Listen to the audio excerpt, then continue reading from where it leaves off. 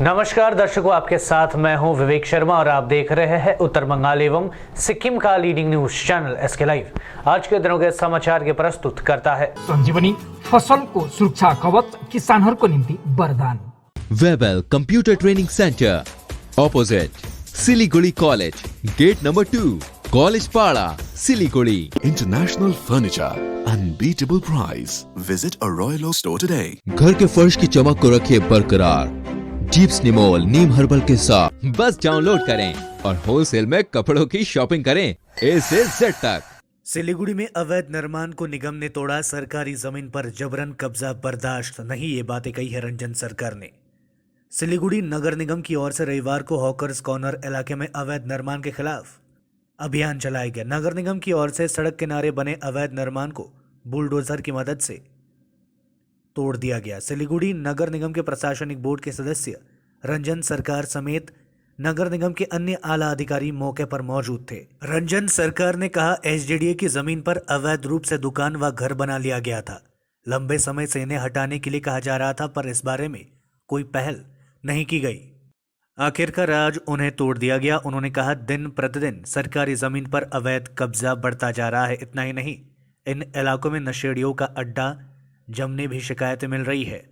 उन्होंने कहा, सिलीगुड़ी के लोग शहर को साफ सुथरा देखना चाहते हैं, उस दिशा में नगर निगम काम कर रही है। साथ ही उन्होंने कहा, सरकारी जमीन पर किसी भी सूरत में अवैध कब्जा बर्दाश्त नहीं किया जाएगा। রেলের না, এটা এসডিডিএর জায়গা। দীর্ঘদিন থেকে বলা হচ্ছে, রোজ বেদখল হচ্ছে। এখানে দেখছি এসে নেশার অভিযোগ রয়েছে, নেশা করছে।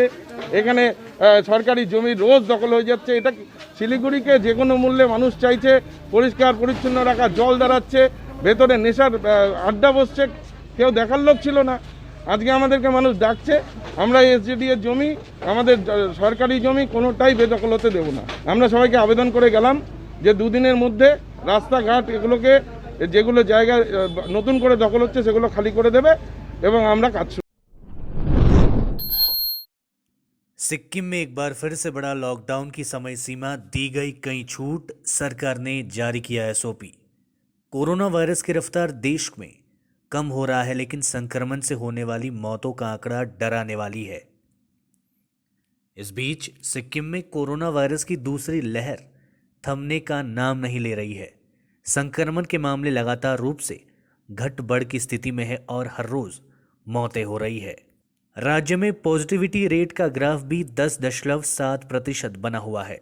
इसके कारण सरकार ने एक बार फिर से राज्य में लॉकडाउन की समय सीमा को बढ़ा दिया है, लेकिन कई छूट भी साथ में दी गई है और गृह विभाग के द्वारा एसओपी भी यानी स्टैंडर्ड ऑपरेटिंग प्रोसीजर भी जारी कर दी है, जिसके तहत ये सभी छूट 14 जुलाई से शुरू होकर 21 जुलाई तक के लिए निर्धारित की गई है। 71 दिनों बाद देश में कोरोना वायरस के सबसे कम मामले सामने। बीते 24 घंटों में 80,487 लोग हुए संक्रमित। 25 करोड़ से ज्यादा टीके लगाए गए। देश में दैनिक कोरोना संक्रमितों की संख्या में बड़ी गिरावट दर्ज की गई। 71 दिनों के बाद कोरोना वायरस के सबसे कम नए मामले सामने आए। स्वास्थ्य मंत्रालय की ताज़ा आंकड़ों के अनुसार पिछले 24 घंटों में 80,487 नए कोरोना केसेस आए और 3,303 संक्रमितों की जान चली गई। वहीं 1,32,000 लोग कोरोना वायरस से ठीक भी हुए, यानी कि बीते दिन 54,531 एक्टिव केसेस कम हो गए। इससे पहले 31 मार्च 2021 को 72,330 केसेस दर्ज किए गए थे। 12 जून तक देश भर में 25,31,00,000 कोरोना वैक्सीन के डोज दिए जा चुके हैं। बीते दिन 34,84,000 टीके लगाए गए। वहीं अब तक 37,81,00,000 कोरोना टेस्ट किए जा चुके हैं। बीते दिन करीब 19 लाख कोरोना सैंपल टेस्ट किए गए, जिसका पॉजिटिविटी रेट 4% से ज्यादा है। संकट में मिठाई कारोबार व्यवसायी चिंतित। कोरोना काल में लॉकडाउन के सख्त नियमों के कारण मिठाई व्यवसायी संकट में है। मिठाई की दुकान पर दुकानदारों की भीड़ नहीं दिखाई दे रही है। व्यापारियों का कहना है कि मिठाई अब बिक नहीं रही है, इसलिए उन्हें फेंकना पड़ रहा है। हालांकि कई व्यवसायी दुकान खोलकर मिठाई बेचने की कोशिश कर रहे हैं। इन व्यवसायियों पर स्वस्थ नियमों का पालन नहीं करने का आरोप लगाया जा रहा है। दूसरी ओर नगरपालिका के प्रशासनिक बोर्ड के सदस्य सैकत चैटर्जी ने कोरोना महामारी के मद्देनजर व्यवसायियों से स्वस्थ नियमों के पालन करते हुए व्यापार करने का अनुरोध किया है। चैटर्जी ने कहा, हम व्यापारियों से मास्क पहनने एवं स्वस्थ नियमों का पालन करते हुए कारोबार करने को कह रहे हैं। वहीं मिष्ठान व्यवसायी समिति की जलपाईगुड़ी शाखा के अध्यक्ष अमिताभ अधिकारी ने कहा, स्वास्थ्य विभाग के खाद्य सुरक्षा विभाग के अधिकारियों ने मिठाई की दुकानें का दौरा किया। उन्होंने स्वस्थ नियमों के पालन करते हुए व्यापार करने के लिए कहा है। साथ ही उन्होंने कहा, वे लोग भी व्यवसायियों से स्वस्थ नियमों का पालन करने का आह्वान कर रहे हैं। আসলে এখন মিষ্টি ব্যবসার অবস্থাটা খুবই খারাপ, যদিও সরকার থেকে খোলা আছে কিন্তু আমাদের সেল প্রায় 30%। আগে যেটা 100 ছিল সেটা 30% সেলে দাঁড়িয়ে গেছে। বহু মিষ্টি নষ্ট হচ্ছে, কিন্তু তার মধ্যেও আমরা চালিয়ে যাওয়ার চেষ্টা করছি, কারণ গ্রামের থেকে যে দুধগুলো আসে সেই দুধগুলোর কিছু না কিছু যদি আমরা ব্যবস্থা করতে না পারি তাহলে ওদের অর্থনীতি আরও খারাপ হয়ে যাবে এবং ভবিষ্যতে দুধ পাওয়া যাবে না। সেই কথাগুলো মাথায় রেখে লসের মধ্যেও আমরা ব্যবসাটাকে চালিয়ে যাচ্ছি। আমাদের মিষ্টি ব্যবসায়ীদের মধ্যেই অনেকে মাস্ক ব্যবহার করছে না বা প্রপার হাইজিনিক সিস্টেম নিচ্ছে না, এবং আমাদের যে জলপাইগুড়ির যে ফুড দপ্তর আছে এর থেকেও ইন্সপেক্টর রাজেন ছেত্রী, উনি ডিস্ট্রিক্ট ইন্সপেক্টর এসেছিলেন, উনি এসে আমাদের বারবার বুঝিয়েছেন, আমার কাছে এসছেন উনি অনেক কয়েকবার। আমরা সবাইকে জানাবার চেষ্টা করেছি, কিন্তু সবাই ঠিক ব্যাপারটাকে গুরুত্ব দিতে পারছে না। তা এই জন্য আমার একটা ইচ্ছা যে আমি একটা সরকার থেকে আমাদের যদি একটা ট্রেনিংয়ের ব্যবস্থা করা হয়, সব মিষ্টির দোকানকে ডাকা হয় এবং ইন্ডিভিজুয়ালি প্রত্যেক দোকানকে যদি সরকার থেকে চিঠি দিয়ে তাদেরকে কোনো একটা নির্দিষ্ট দিনে, এবং আমরা যাতে এই সমস্ত বিধিনিষেধের যতটা পারা যায় সচেতন না হয়। বহু আমি গ্রাহককে দেখছি মাস্ক পরা নেই, বহু বিক্রেতার মাস্ক পরা নেই। মিষ্টির দোকানে মিষ্টি দিচ্ছে মাস্ক না পরে, তাহলে তার মুখ থেকে যে ড্রপলেটটা যদি মিষ্টিতে যায়, সে যদি অ্যাসিমটোমেটিক ক্যারিয়ার হয়, তাহলে তো আরেকজন যদি আসে সে আক্রান্ত হয়ে যেতে পারে। তাই মানুষকে যে অবশ্যই বিক্রি করবেন, অবশ্যই ব্যবসা করবেন, কিন্তু মাস্ক পরতে হবে এবং বারবার হাত স্যানিটাইজ করতে হবে। এবং যারা গ্রাহক তাদেরকেও বলছি মাস্ক ছাড়া বাজারে আসবেন না, দয়া করে বাজার ঘুরে ঘুরে আর বাজার করতে হবে না, একটু দূরে দূরে বাজার। मुकुल रॉय के बाद अब राजीव बैनर्जी की बारी। बैनर्जी ने तृणमूल कांग्रेस नेता कुणाल घोष से की मुलाकात। सियासत में नेता किस तरह गोते खाते हैं, इसका नज़ारा मौजूदा वक्त में पश्चिम बंगाल में बखूबी दिखाई दे रहा है। बीते शुक्रवार मुकुल रॉय की तृणमूल कांग्रेस में घर वापसी ने सबको चौंका दिया। इस बीच शनिवार को एक और मुलाकात ने बंगाल में राजनीति सरगर्मी बढ़ा दी। ये मुलाकात बीजेपी नेता राजीव बैनर्जी और टीएमसी नेता कुणाल घोष के बीच हुई। हालांकि राजीव बैनर्जी ने टीएमसी में शामिल होने की खबरों का खंडन किया है। दरअसल बीजेपी नेता राजीव बैनर्जी पश्चिम बंगाल के कोलकाता में तृणमूल कांग्रेस के राज्य सचिव कुणाल घोष के आवास पर पहुंचे थे। इसके बाद से अटकलों का बाजार गर्म होना शुरू हो गया और राजीव बैनर्जी के एक बार फिर तृणमूल कांग्रेस में जाने के कयास तेज हो गई है। लेते छोटा सा ब्रेक, फिर मिलेंगे ब्रेक के बाद। दवाइयों से छुटकारा अल्कलाइन पानी का सहारा। पहले 100 कस्टमर को मिलेगा 20 लीटर का जार, कोविड पैकिंग के साथ मात्र 125 रुपए प्रति जार, वह भी 2 साल तक। ऑफर के बाद वाले कस्टमर को मिलेगा 200 रुपए प्रति जार। अल्कलाइन के फायदे diabetic, acidity, cholesterol and blood pressure, weight loss, gives extra strength to our lungs. तो इंतजार किस बात का, आज ही बुकिंग करें। Toll free number 180057298851। अब वक्त आ गया है अपने सपनों को एक नई पहचान देने का। वेबल कंप्यूटर ट्रेनिंग सेंटर आपके लिए लेके आए हैं डिप्लोमा एंड कोर्सेज जैसे English speaking course, software application, financial accounting, Tally, Java, HTML, DTP, C++, Python जैसे बहुत से कोर्सेज एंड डिप्लोमा। और आपको मिलेगा hologram sealed certificate government of West Bengal undertaking, जो आपके हर सपने को देगा एक नई उड़ान।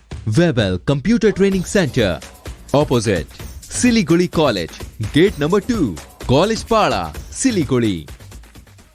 घर के फर्श की चमक को रखिए बरकरार जीप्स निमोल नीम हर्बल के साथ, क्योंकि निमोल हर्बल नीम घर को साफ ही नहीं रखता बल्कि 99.9% जर्म्स और बैक्टीरिया का जड़ से सफाया भी करता है। घर को स्वच्छ बनाइए, आप भी अपनाइए Tipsnimol.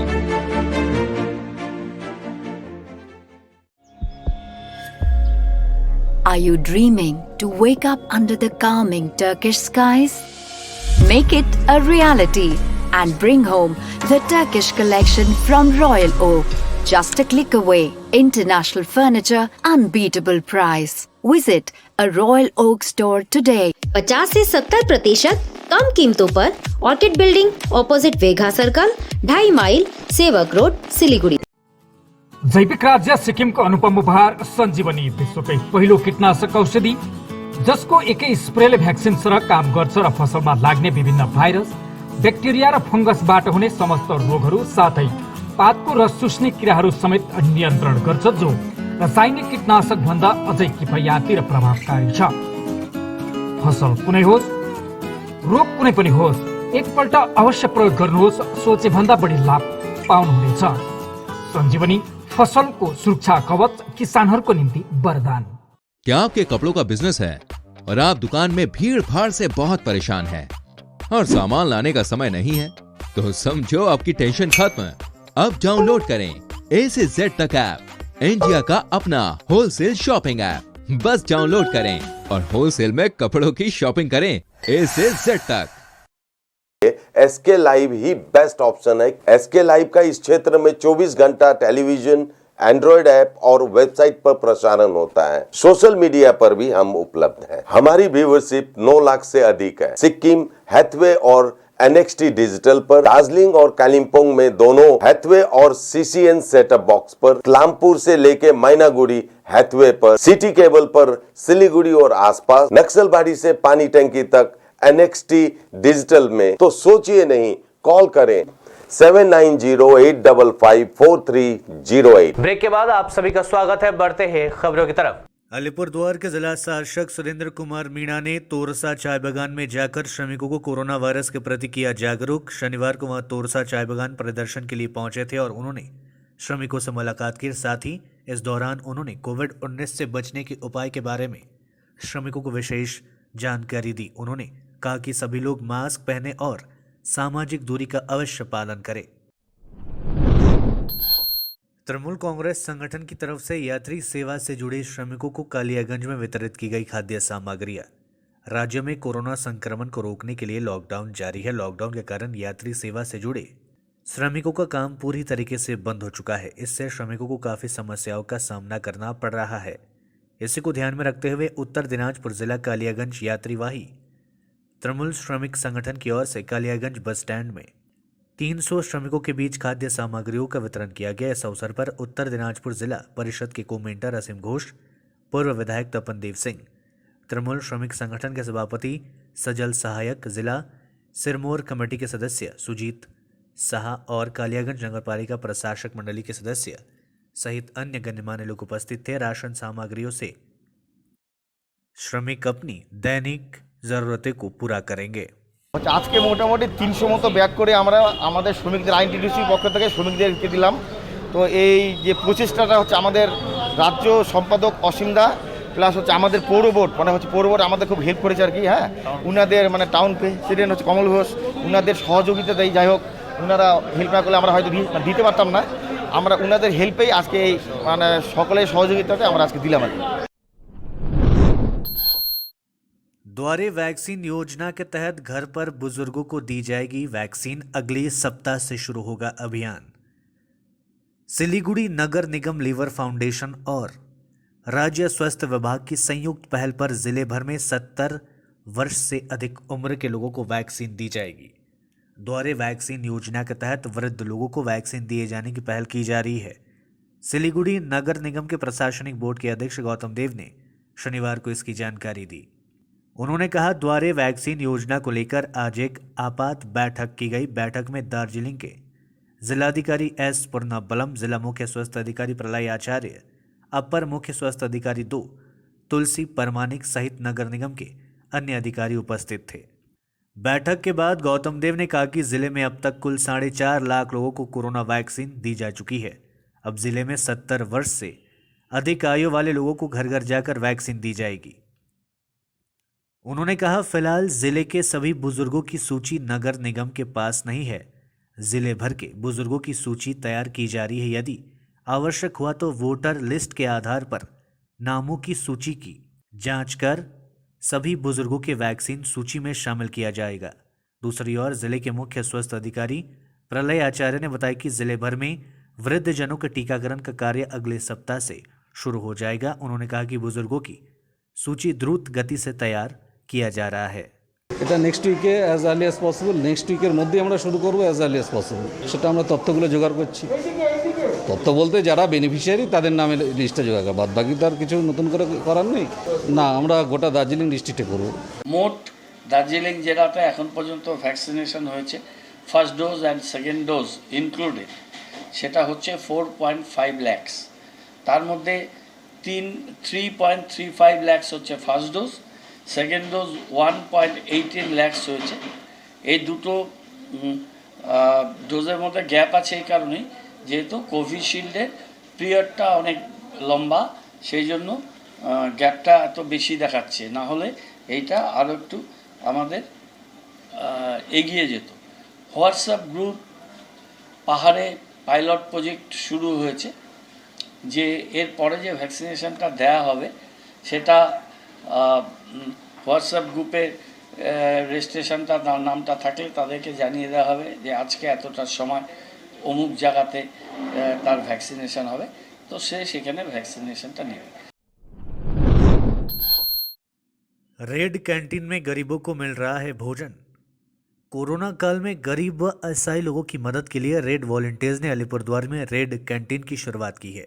शनिवार को अलीपुरद्वार जिले के पलाशबाड़ी इलाके में रेड कैंटीन की शुरुआत की गई और रेड वॉलंटियर्स के कर्मचारियों ने ज़रूरतमंद लोगों को पका हुआ खाना उपलब्ध कराया। दूसरी ओर रेड वॉलंटियर्स के इस कार्यों का इलाके के लोगों ने काफ़ी सराहना की है। আমরা ভারতের গণতান্ত্রিক যুব ফেডারেশন ডিওআইএফআই আলিপুরদুয়ার পশ্চিম 1 নং লোকাল কমিটি থেকে আমরা দুটো রেড ভলেন্টিয়ার্স টিম তৈরি করেছি, একটি শালকুমার হাট এবং একটি পলাশবাড়ি হাট। পলাশবাড়ি বাজার থেকে এই রেড ভলেন্টিয়ার্স তাদের উদ্যোগে আমরা রেড ক্যান্টিন আজকে চালু করলাম। এই রেড ভলেন্টিয়ার সবাইকে সমস্ত করোনা পেশেন্টদের এবং যারা দুস্থ পরিবার তাদেরকে বিনামূল্যে খাবারের ব্যবস্থা আমরা করেছি। আজকে কতজনকে আপনারা খাওয়ালেন?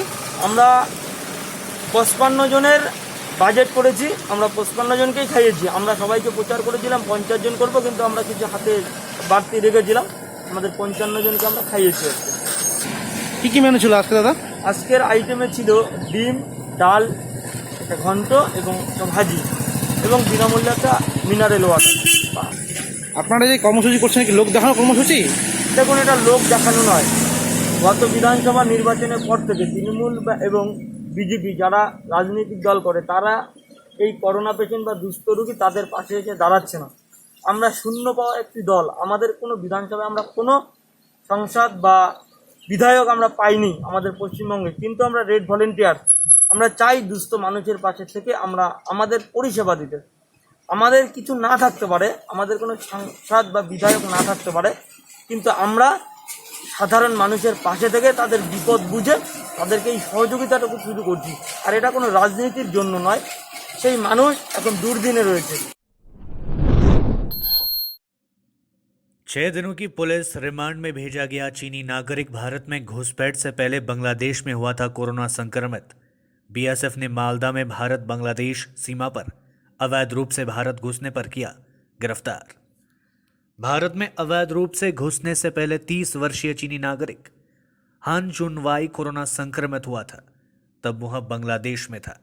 कोरोना संक्रमण के बाद चीनी नागरिक को बांग्लादेश के एक अस्पताल में भर्ती कराया गया था। 2 दिनों तक वहां रहने के बाद संक्रमित हालत में ही वहां भारत में प्रवेश किया, पर कालियाचक थाने के सुल्तानपुर इलाके में भारत बांग्लादेश सीमा पर तैनात बीएसएफ के जवानों ने उसे पकड़ लिया। केंद्रीय खुफिया एजेंसी के अधिकारियों ने शुरुआती जांच में इसका खुलासा हुआ है। गिरफ्तार चीनी नागरिक का भारत में वीजा रद्द कर दिए जाने के कारण इससे पहले कई बार वह नेपाल और बांग्लादेश होते हुए भारत में घुसा था, लेकिन इस बार वह सीमा पर तैनात बीएसएफ जवानों के हाथों में पकड़ में आया। कोरोना संक्रमित होने के बावजूद चीनी नागरिक क्यों इतनी जल्दी भारत में घुसने की योजना बनाई, इसकी जांच केंद्रीय खुफिया एजेंसी शुरू कर दी है। हालांकि गिरफ्तार चीनी नागरिक का दिल्ली के गुड़गांव में होटल का कारोबार होने की जानकारी मिली है। पुलिस और खुफिया अधिकारी यहां जानकर हैरान रह गए कि कैसे चीनी नागरिक अपने सहयोगी के साथ भारत से अवैध रूप से दिन व दिन होटल व्यवसाय चला रहा है। वहीं कालियाचक पुलिस ने अवैध रूप से भारत में प्रवेश करने के आरोप में शनिवार को गिरफ्तार चीनी नागरिक को मालदा की अदालत में पेश किया, जहां न्यायाधीश ने चीनी नागरिक को 6 दिनों की पुलिस हिरासत में भेजने का आदेश दिया। शनिवार सुबह 10 बजे से चीनी नागरिक को अदालत ले जाने से पहले पूरे इलाके को पुलिस ने सुरक्षा घेरे में घेर लिया था। चीनी नागरिक 30 वर्षीय हान जुनवाई को कालियाचक पुलिस दोपहर करीब 2 बजे मालदा अदालत में पेश किया। पुलिस ने अदालत से चीनी नागरिक को 7 दिनों की हिरासत में भेजने की अपील की थी, लेकिन अदालत ने 6 दिनों की पुलिस हिरासत का आदेश दिया। पुलिस सूत्रों ने बताया कि उसे 18 जून को आरोपी को दोबारा अदालत में पेश किया जाएगा। पुलिस और खुफिया सूत्रों के मुताबिक चीन के हुबाई के रहने वाले हान जुनवाई को अवैध गतिविधियों में शामिल रहने की शिकायत उत्तर प्रदेश पुलिस के पास भी दर्ज है। उत्तर प्रदेश पुलिस ने पिछले साल उसके एक सहयोगी को गिरफ्तार किया था। इसके बाद राज्य के आतंकवाद निरोधी दस्ते के अधिकारियों ने उनसे पूछताछ की। पूछताछ में गिरफ्तार चीनी नागरिक हान जुनवाई के बारे में जानकारी मिली। इस बीच वहां बांग्लादेश के रास्ते मालदा होते हुए अवैध रूप से भारत में प्रवेश करने की योजना बनाई। इसके लिए वह बांग्लादेश सीमा पर अवैध तस्करों के संपर्क में था। बाद में उसने तस्करों की मदद से बांग्लादेशी सीमा से अवैध रूप से भारत में प्रवेश करने का रास्ता खोज लिया। पुलिस को पता चला कि इसके लिए तस्करों के साथ अच्छे पैसे का लेन देन किया गया है।